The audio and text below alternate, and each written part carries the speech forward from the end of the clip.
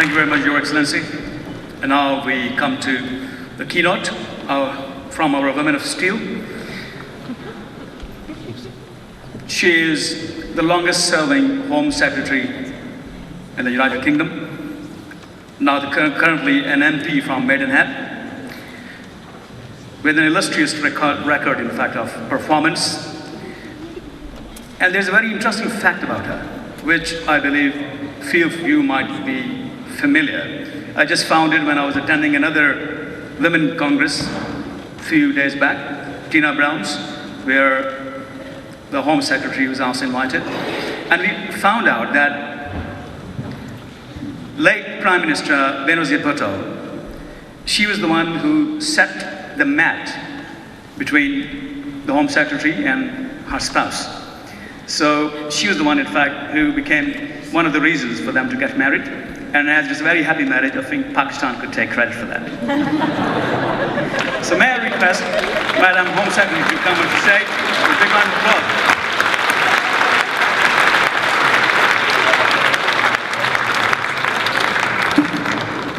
Thank you. Assalamu alaikum. And I'm delighted to be at this excellent event and to be among so many women who've achieved so much. But first of all, can I just say how sorry I was to hear about the terrible earthquake which hit Afghanistan and Pakistan this week and was felt as far away as India. And our thoughts and prayers must be with those who've lost loved ones, the injured, and those whose homes, villages, and places of worship have been destroyed. And I know that the Pakistan Army has launched a rescue and clean-up operation, and the thoughts of the UK are with them as they bring help and comfort to those in need. As you know, Pakistan and Britain have very strong bonds, and we work closely together on many important issues. On the 8th of November, 3 years ago, Princess Anne unveiled a new bronze memorial in Gordon Square.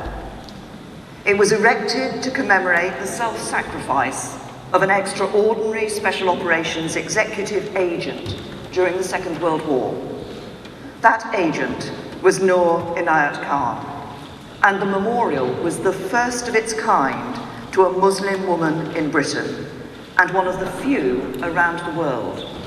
Now, I'm sure many in this room today know, and in fact, the name has already been mentioned, many know of Khan's extraordinary courage, how she was parachuted into occupied France to undertake a dangerous mission, how many of her fellow agents were rounded up, yet she refused to return to safety, and how she held out during brutal tortures by the Gestapo and was executed in Dachau in September 1944.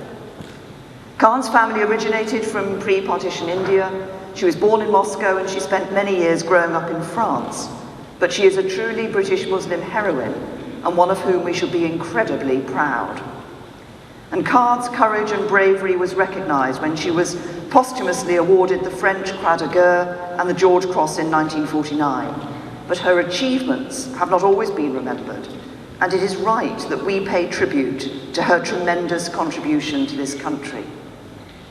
Just as it is right today that this event celebrates and gives British Pakistani women the recognition and acknowledgement they deserve.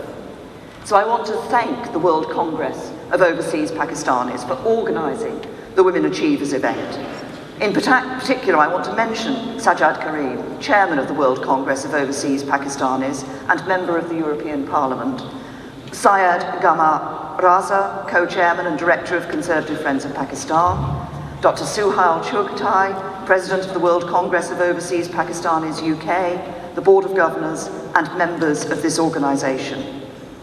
And I want to thank the many British Pakistani women who contribute so much to this country and help make Britain what it is today. And we know there are examples of British Pakistani women excelling in different fields, yet too often their achievements, your achievements, go unacknowledged. And these achievements are in the professional and public lives, but also in the private sphere, as the bedrock of their families, as wives, mothers, sisters and daughters. Now, I see this contribution in my work as Home Secretary and in my own constituency. And when I stand up in the House of Commons, when I listen to debates and answer questions, I know British Pakistani women are playing an important part in our democracy.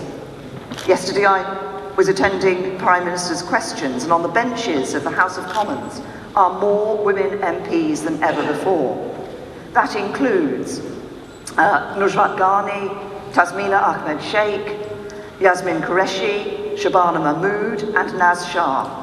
And in the House of Lords we have Baroness Varsi, the first female Muslim to attend Cabinet, Baroness Mubarak and Baroness Manzoor, among others. So I'm pleased that we're seeing more women and people from different backgrounds in British politics, ensuring that our democracy becomes more representative. There are also examples of British Pakistani women doing well in academia, in public services, in the media, in business, in medicine, in charities, and in campaigning to improve the lives of people in this country and abroad. And these women are to be applauded and celebrated. But we know too that barriers exist for women that can stop them from progressing and contributing in all walks of life. We must work to understand these better, unlock the potential of other women, and ensure that they also have a chance to succeed. And I hope that by looking at the achievements of the women in this room and beyond, other young women will believe that they can go out, aim high. We've heard of somebody aiming very high this evening, but aim high in your own field and work to achieve your goals. Now, of course, alongside being Home Secretary, I was also Minister for Women and Equalities until 2012. And at the Home Office, much of our work also touches upon the lives of women. From work to protect the most vulnerable in our society, ensure social justice, and tackle terrible crimes, such as child sexual abuse and domestic violence. Earlier this year, we passed legislation to strengthen our response to the appalling crime of modern slavery. Incredible as it may seem, millions of people around the world endure terrible suffering living their lives as slaves, denied their freedom and subjected to abuse, violence and humiliation. In the UK, the scale of this hidden crime is significant. We estimate that there are about 10 to 13,000 victims, and this figure not only represents people trafficked into the UK, but British adults and children too. The groundbreaking Modern Slavery Act, the first of its kind in Europe, brings in tough penalties and sanctions, as well as important protections for victims, and sends out a very powerful message about our determination to be at the forefront in fighting this evil. In addition to this, we are leading on work to protect our communities from extremism and promote the values that allow us to live in peace: freedom, respect for others, democracy, and the rule of law. And I've heard directly from women who are taking action in communities to address radicalizing of young people that this is something which concerns mothers, sisters, and daughters, and the government is clear that we will do all we can to support them. And I know too that recently there have been sickening, well-publicized attacks on Muslims, but this is not something which has just emerged. Tell Mama, the organisation which records and measures anti-Muslim incidents in the UK, recorded 548 anti-Muslim incidents between March 2014 and February 2015, including 6 cases of extreme violence and 21 assaults. In 2013 to 14, 2/5 of all recorded anti-Muslim incidents had links to extreme right groups. In the past, incidents have included attacks on places of worship, assault, abuse, and we know that women can be particularly vulnerable. This is deplorable, and I am clear that no one in this country should live in fear because of their faith. And the government takes any racially or religiously motivated attacks very seriously indeed. And that's why we're working with communities to draft a new hate crime action plan, which will tackle all forms of hate crime, including anti-Muslim hatred.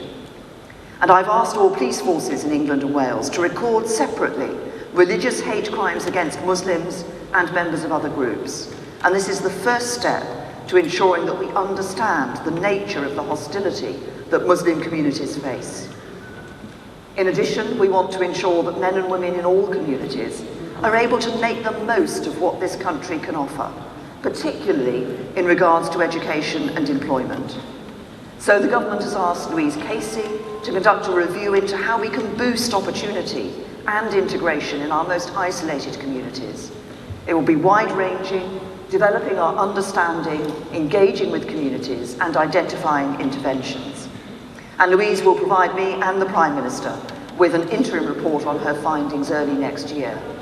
But we know from experience that interventions that offer opportunities to women and girls can often be the most effective. For example, helping mothers to improve their English so they can help their children, or helping women find employment so the next generation of girls can have role models to look up to.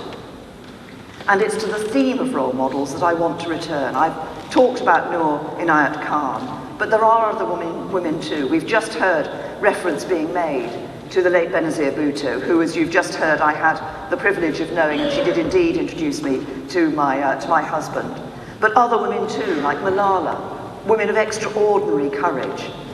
And I know from my visits to Pakistan and to communities in the UK, the warmth, the compassion and the good humour of the people of Pakistan and here. And you're showing others what can be done. So my message to you today is to go out and speak to young women and girls, to engage with them and encourage them, to give them confidence and show them what is possible. So together, let's help women and girls unlock their tremendous potential, which I know exists. Because I want this to be a country where everyone succeeds, regardless of gender, faith, or background. Where women of all backgrounds can reach the top of their careers. Where people of all faiths feel free to make the most of the opportunities this country has to offer. And where British, Pakistani men and women are recognised for their tremendous talents. This is a great country, but as the Prime Minister made clear at the Conservative Party conference, we still have some way to go if we're to ensure true opportunity and real equality. And we must work together to make this a reality. So I want to congratulate you for all that you've done, to congratulate the organisers of this event, for ensuring that we recognise the immense contribution made by women. And I wish the women achievers, World Congress of Overseas Pakistanis, good luck and all the best for the future. Shukriya.